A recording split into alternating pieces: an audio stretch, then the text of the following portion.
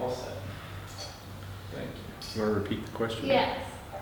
So 40 years have passed since that very special experience, and you decided to come back to Peace Corps. Why? Why? Well, I had a fairly conventional career as a scientist and engineer, but I always look back very fondly at with Peace Corps. I would go to some Peace Corps events, recruiting and meetings, and I would tell the audience that you make decisions in life, some good, some bad, but deciding to join the Peace Corps the first time was one that I've never ever regretted. And from time to time, I would think, well, maybe someday, maybe someday. My kids, 2 daughters were grown, moved out of the house. Linda and I separated amicably, and I was off on my own, working as a scuba diving instructor and working in a dive shop, traveling various places around the world. Still in the back of my mind that, well, maybe one day. And I was on a scuba diving trip to the island of Palau. It was a beautiful tropical island. And we were coming back from a beautiful day of diving, wonderful day of diving. And we go past a kind of rundown looking building that says, on the outside, U.S. Peace Corps. And I kind of went nuts. I said, Peace Corps, Palau. I'm going to re-up. I thought, well, I could go to a place as a Peace Corps volunteer and continue maybe doing some scuba diving. So I got back to America, the United States, and I got serious. I started filling out the application, thinking about it, looking at different places. On my application, I said, well, I would like to go to Micronesia, South Pacific, or the Caribbean, all in the islands. Also seriously thinking about Peace Corps, change of life kind of thing. And I went for my recruitment interview in New York City, very nice young lady who had been to West Africa, and she said, well, your chances of getting in are better if you're flexible.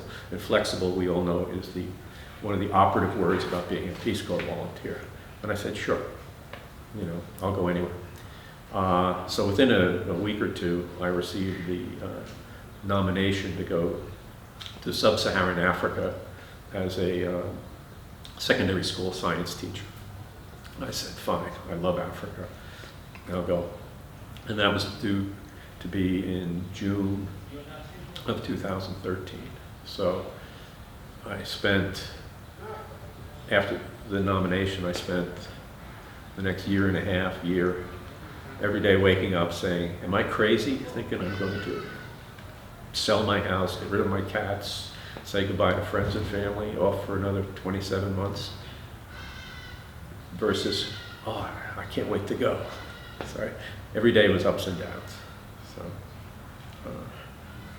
that's how I decided to join the Peace Corps. And then when they told you you're actually going to Uganda?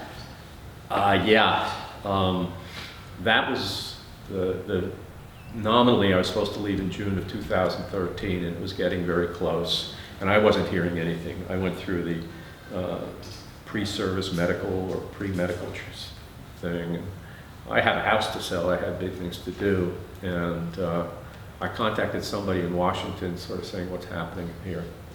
So finally, in like June of 2013, when I was supposed to have gone someplace, I got an email from a recruiter in Washington with some more questions about my previous teaching experience.